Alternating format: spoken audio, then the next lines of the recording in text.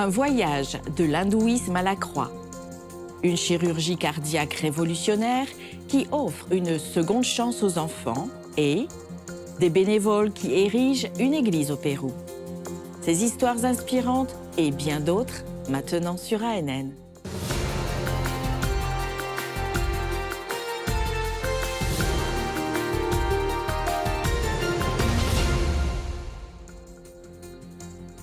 Dans le sud du Pérou, les dirigeants de l'Église adventiste du 7e jour, en partenariat avec des volontaires de Maranatha International, unissent leurs efforts pour créer un nouvel espace de culte. Cela redonne espoir et enrichit cette zone mal desservie d'une nouvelle infrastructure. Des hommes et des femmes, unis dans la foi et le dévouement, travaillent à construire une nouvelle église. Plus que de simples murs et toits, ce sera bientôt le nouveau lieu de culte pour la communauté de Chilca, dans le sud du Pérou.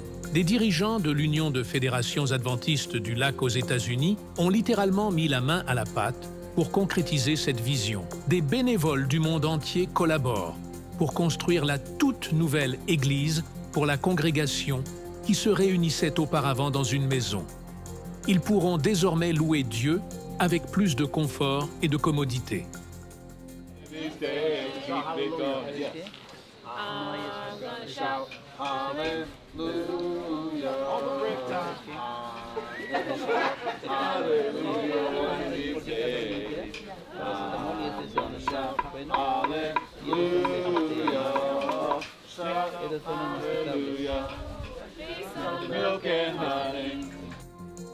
Construire une église est un projet de foi en action qui transformera l'esprit de la communauté et revitalisera la foi des bénévoles.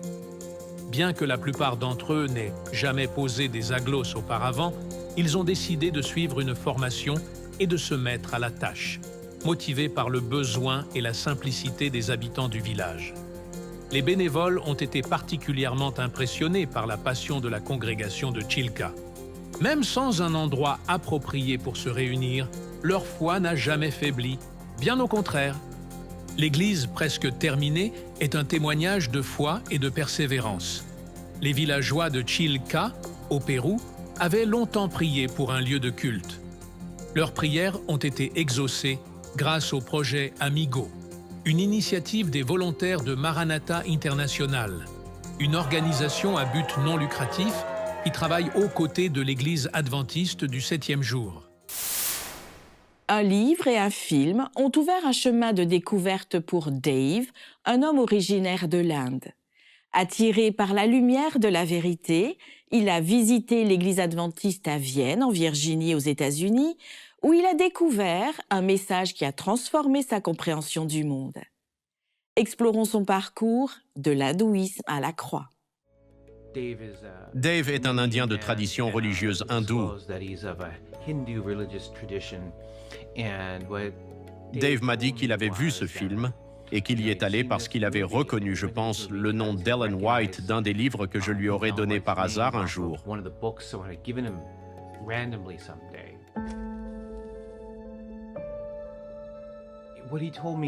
Ce qu'il m'a dit a du sens dans un contexte hindou. Dans la tradition hindoue, la lumière est très importante.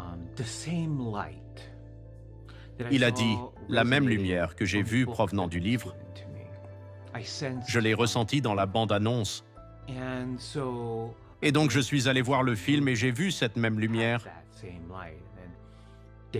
Et Dave s'est penché vers moi et a dit, peux-tu m'expliquer ce qu'il y a chez les adventistes qui créent cette lumière qui venait du livre et du film? J'ai expliqué d'où venaient les adventistes du 7e jour, en quoi ils étaient différents des autres chrétiens et les points communs avec les autres chrétiens. Je n'oublierai jamais l'expression de Dave lorsqu'il a dit « Je connais beaucoup de chrétiens. Je connais certaines choses sur la foi chrétienne, mais je n'ai jamais vu cette lumière jaillir d'un groupe comme celui-ci. » Puis Dave m'a demandé « Pourquoi un homme a dû mourir? Quelle est l'importance de la crucifixion? Avec mon parcours, je ne comprends pas. Pourquoi quelqu'un a dû mourir? En quoi cela rend-il quelqu'un meilleur que cette personne soit morte? »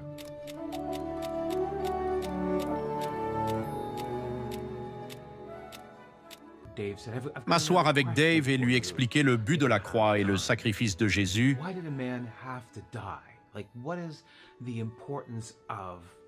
ainsi que cette idée que la justice et la miséricorde se rencontrent à la croix,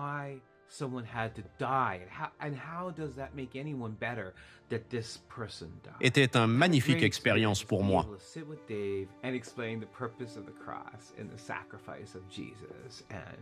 Ça l'a vraiment marqué.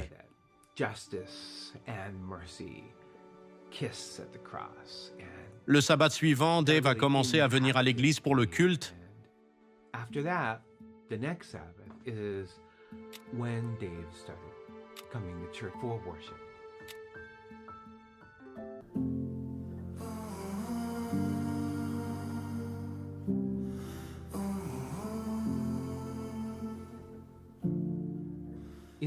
C'est à cause du film que Dave a appelé l'église.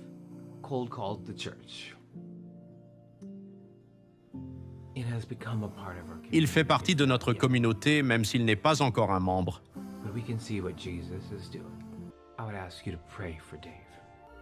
Nous voyons ce que Jésus est en train de faire.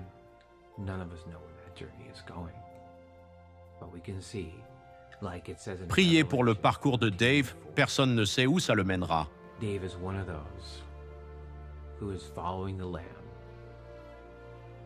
Mais nous voyons, comme il est dit en Apocalypse 14:4, que Dave est l'un de ceux qui suivent l'agneau partout où l'agneau va. Je vous inviterai donc à prier pour que l'agneau guide Dave vers le baptistère de Vienne. Nous ressentons l'amour de Jésus. Il nous élève, il nous pousse en avant et il nous guidera vers notre demeure éternelle. Advent Health Orlando est le premier hôpital aux États-Unis à réaliser des implants, aidant les survivants d'accidents vasculaires cérébraux à retrouver la force de leurs mains et de leurs bras. 50 procédures ont déjà été réalisées. Le traitement, associé à une ergothérapie intensive, a montré d'excellents résultats, avec même de jeunes patients ayant reçu des greffes et qui retournent à la pratique de leur activité sportive.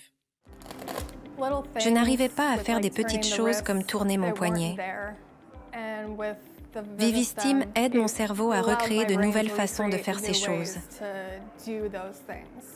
Vivistim est un stimulateur du nerf vague spécifiquement destiné aux patients ayant subi un accident vasculaire cérébral. Nous faisons une petite incision dans le cou. Nous plaçons une électrode qui s'enroule autour du nerf, puis nous la connectons à une petite batterie sous la peau. Il envoie un signal aux électrodes à travers le nerf. Ce signal aide les patients ayant subi un accident vasculaire cérébral à retrouver cette force qu'ils ont perdue dans un bras ou une main. Un peu comme un pacemaker. L'autre jour, j'ai pu démarrer ma voiture avec ma main droite. Je ne pouvais pas faire ça avant. Avant, je n'avais pas beaucoup de mobilité, mais j'ai commencé à crocheter, donc tenir un crochet, tourner mon poignet et faire des animaux. Je continuerai à progresser. C'est énorme. Je suis certainement plus indépendant. Nous sommes les premiers dans le pays à atteindre 50 cas et je pense que nous avons une bonne avance. Offrir une bonne qualité de vie est quelque chose de très important en médecine. Je suis heureux que Vivistim ait prouvé son succès à cet égard. Axée sur le leadership, la spiritualité et la mission, l'Église adventiste du 7e jour a tenu le congrès panafricain de la jeunesse, rassemblant des milliers de jeunes de tout le continent africain. L'événement a renforcé l'engagement de l'Église envers la mission de partager l'Évangile de Jésus dans le monde entier et a mis en avant le rôle et l'impact des jeunes sur les communautés. Ceci est le premier de 3 rapports qui relatent cet événement, maintenant sur ANN.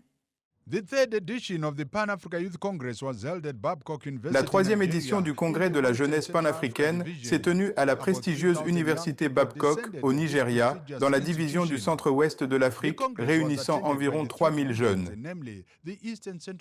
3 divisions ont assisté à ce congrès, à savoir la division du centre-est de l'Afrique, la division de l'Afrique australe et de l'océan Indien et la division du centre-ouest de l'Afrique. Des dirigeants de la conférence générale étaient aussi présents.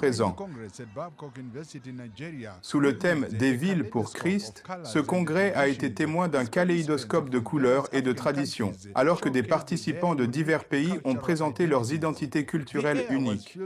L'air était rempli d'excitation, alors que chaque nation représentait fièrement son héritage à travers des tenues finement conçues, leur musique et leur danse aussi à l'honneur dans ce congrès d'une semaine. Du prince Ankara de l'Afrique de l'Ouest à l'élégante tenue Maasai du centre-est de l'Afrique et jusqu'à l'Afrique australe, chaque pays était bien représenté. La diversité de la culture africaine était pleinement mise en valeur, soulignant le riche patrimoine et la créativité du continent. Venant de différents pays panafricains, cette jeunesse a célébré ses différences et ses points communs et forgé des liens qui transcendent nos frontières.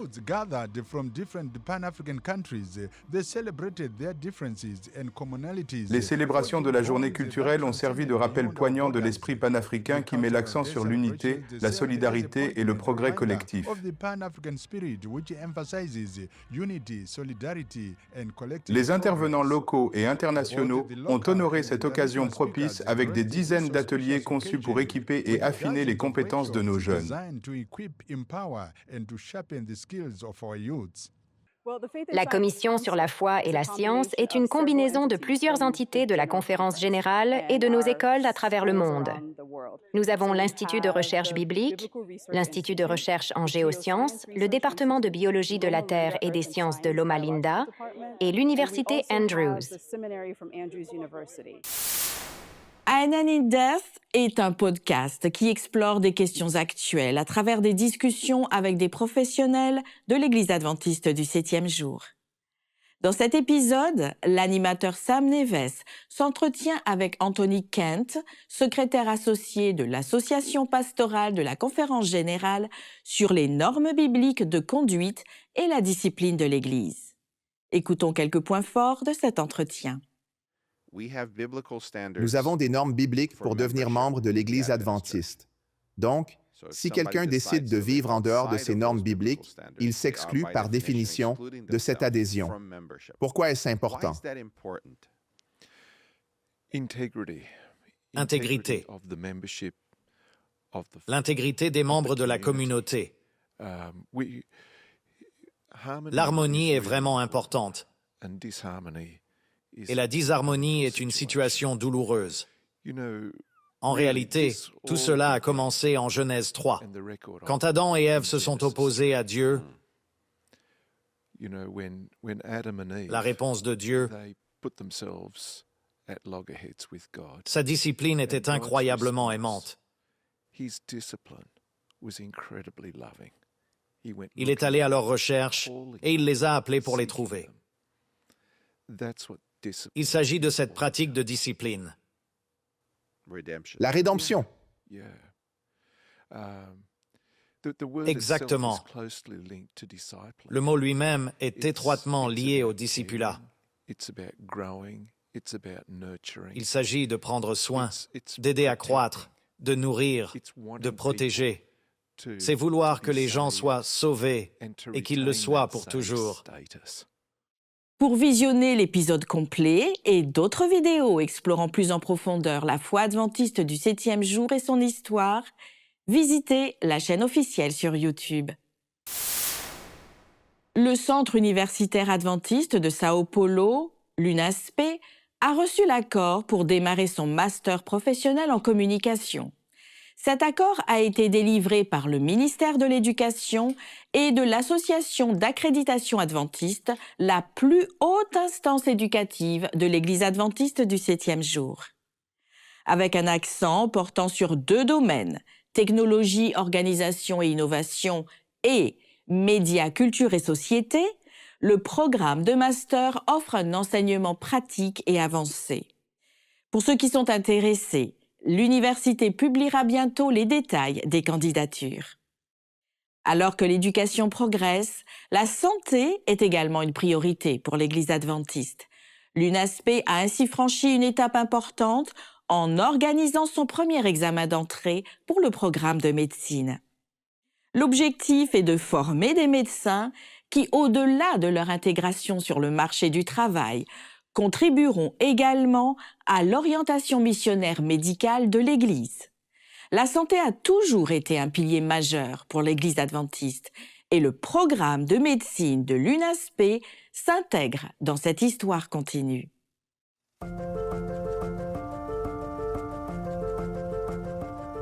L'Église adventiste du 7e jour a toujours valorisé la santé. Présente dans 208 pays avec plus de 700 hôpitaux, elle reste engagée à promouvoir un mode de vie sain. Cette emphase est issue des écrits d'Ellen White, qui considérait la santé physique comme essentielle au développement spirituel. Son approche holistique de l'humanité, décrite dans « La science de la vie saine », a inspiré toute la perspective adventiste sur le sujet. Prendre soin de la santé fait partie de notre mission et s'applique à l'ensemble du système de santé adventiste maintenant réputé. Tout a commencé en 1866, sur le sol américain, avec le sanatorium de Battle Creek devenu mondialement connu. Sous la direction de John Harvey Kellogg, connu pour avoir créé les céréales Kellogg's, le sanatorium a popularisé des traitements naturels innovants. Un autre jalon dans la santé adventiste est l'Université de Loma Linda. Fondée en 1905, cette institution est un leader dans les programmes de santé préventive et de santé publique aux États-Unis. Loma Linda, une ville principalement adventiste, est l'une des 5 zones bleues. Advent Health, établi en 1973, est le plus grand réseau de soins de santé aux États-Unis, avec plus de 50 hôpitaux dédiés à la guérison holistique.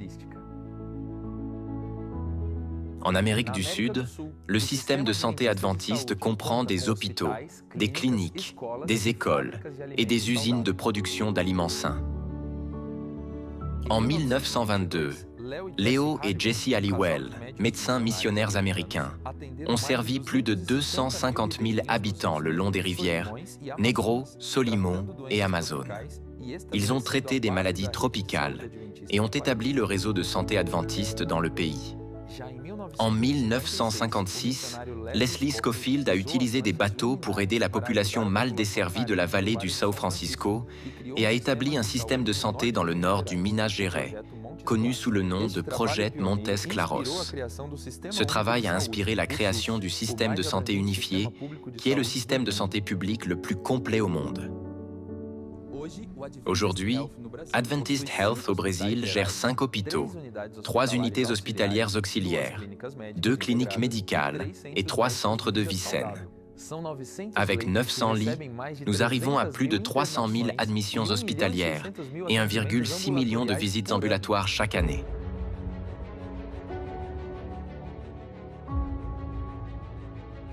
L'esprit pionnier reste au cœur de nos projets d'assistance et d'éducation liés à la santé. Nous cherchons constamment des partenariats et des moyens de contribuer à la société. Présente au Brésil depuis 1893, le réseau d'éducation adventiste comprend plus de 500 écoles, 13 000 enseignants et 240 000 étudiants. Il compte 15 collèges, dont 5 offrent une éducation des niveaux de base aux études de 3e cycle, ce qui en fait l'un des plus grands réseaux d'éducation gérés par des privés au monde. L'Église adventiste continue d'investir dans l'éducation, reconnaissant son potentiel transformateur. Ben Carson, par exemple, un ancien élève issu d'un milieu modeste, a acquis une reconnaissance mondiale en neurochirurgie, notamment pour son travail dans la séparation de jumeaux siamois. Son parcours n'est pas un cas isolé.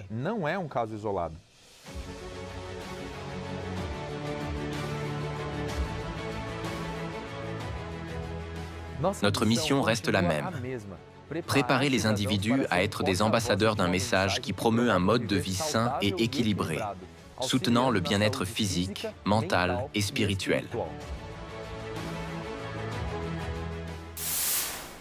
Une avancée révolutionnaire pourrait redéfinir l'avenir du remplacement des valves cardiaques. L'hôpital pour enfants de l'Université de Loma Linda a atteint une étape historique en réalisant la première transplantation partielle en cardiologie pédiatrique en Californie du Sud, une procédure innovante qui peut potentiellement révolutionner les soins cardiaques. La chirurgie de 15 heures a été réalisée sur Emiliano Hernandez, un garçon de 12 ans, né avec une malformation cardiaque congénitale rare. L'intervention a permis de remplacer ses valves endommagées par des tissus vivants provenant du cœur d'un donneur, permettant à son cœur de fonctionner normalement.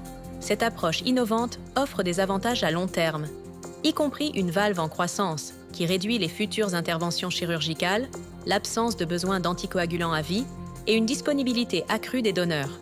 La chirurgie a été rendue possible grâce à la générosité de la famille du donneur et au soutien de One Legacy, l'organisation de récupération d'organes, d'yeux et de tissus du sud de la Californie.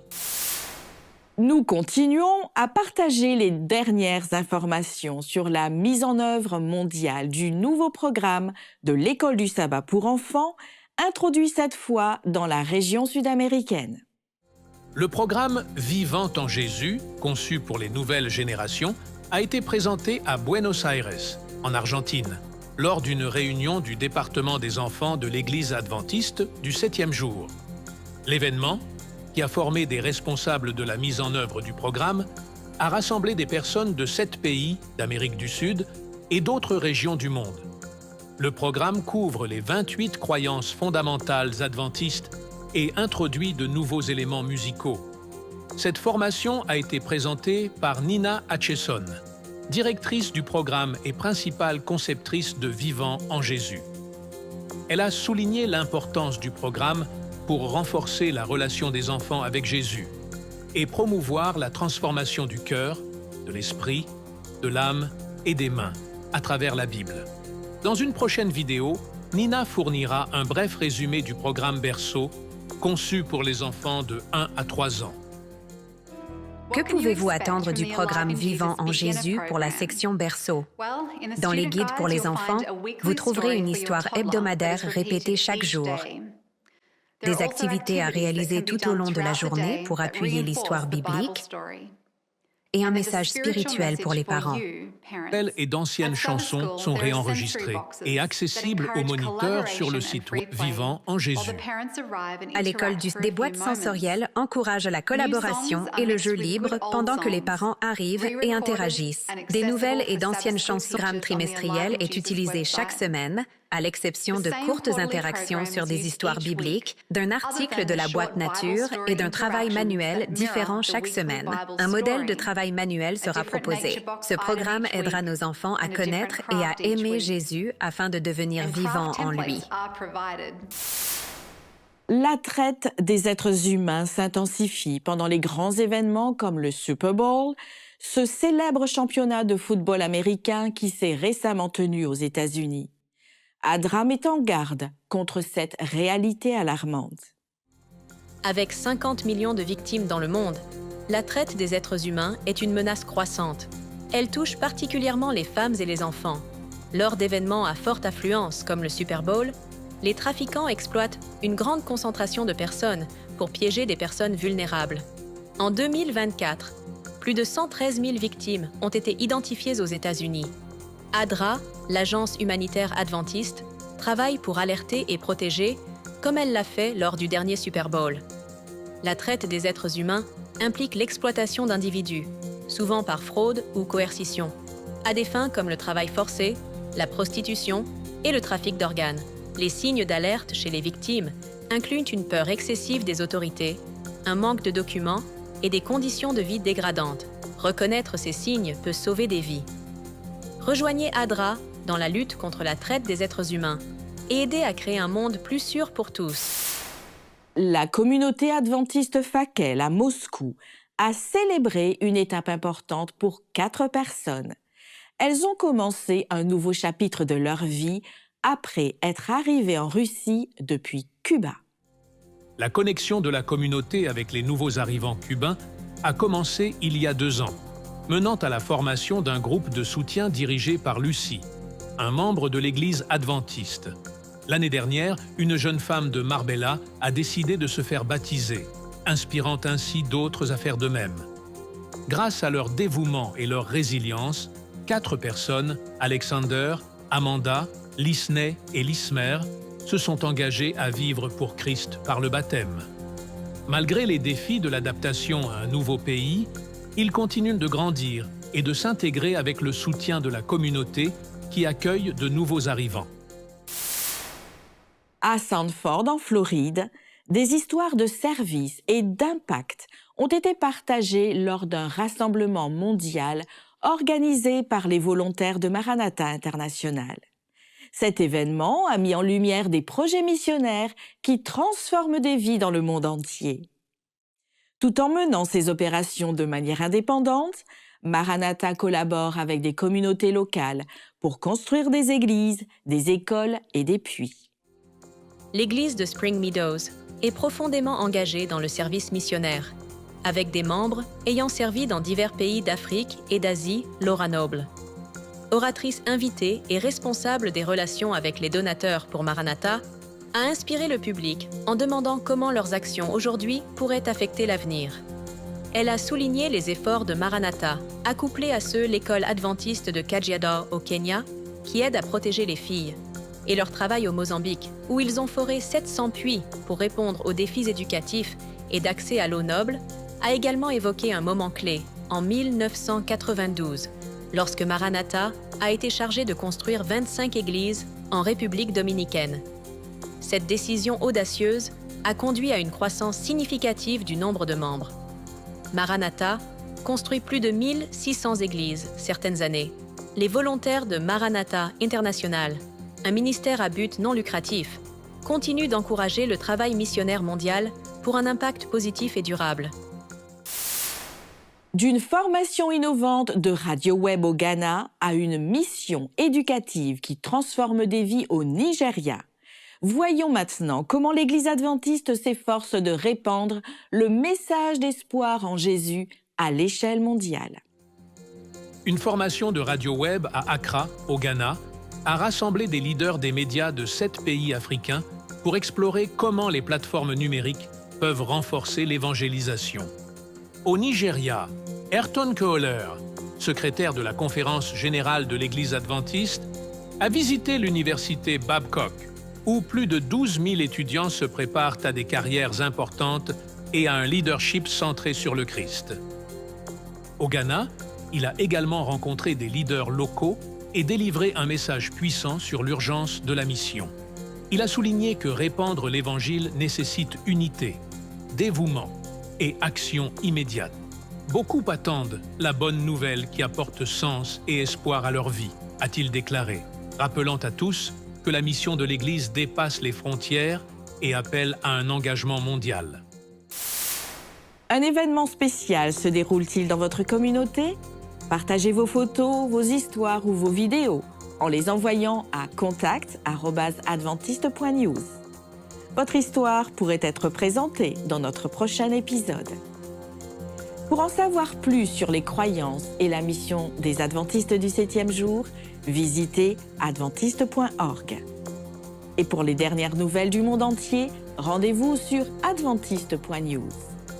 Merci de votre fidélité et à la semaine prochaine.